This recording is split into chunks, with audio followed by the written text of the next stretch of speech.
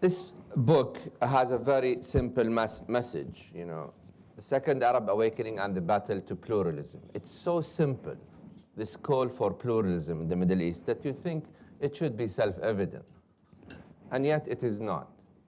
In the Arab uprisings that have started and are still ongoing 3 years later, the word pluralism does not appear anywhere in the lexicon of those who have revolted against old regimes.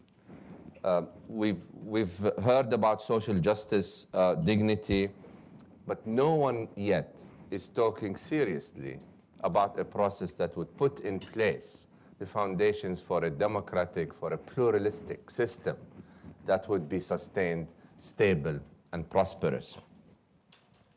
I call it the Second Arab Awakening because, of course, as Joanne said, there was a first Arab Awakening, an intellectual movement that started in the maybe mid-19th century by intellectuals in many places in the Arab world that today are witnessing the same turmoils in Lebanon, in Syria, in Egypt, in Tunisia.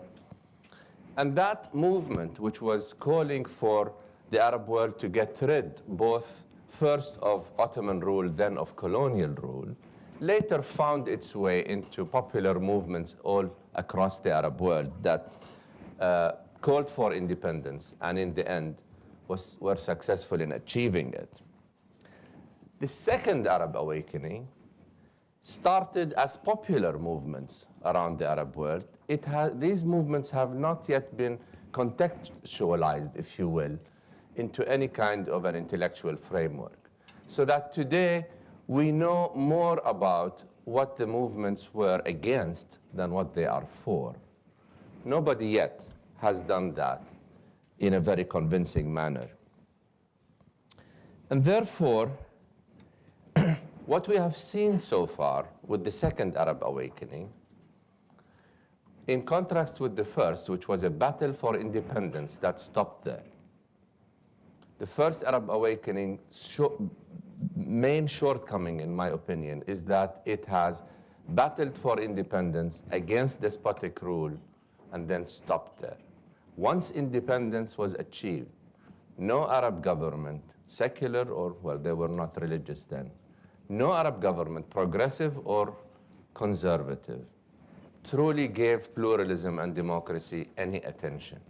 No effort was done to build and put in place the foundations for true democracy. And that is basically the message of the Second Arab Awakening. If the Second Arab Awakening is to be successful, it cannot just be a movement against despotic rule.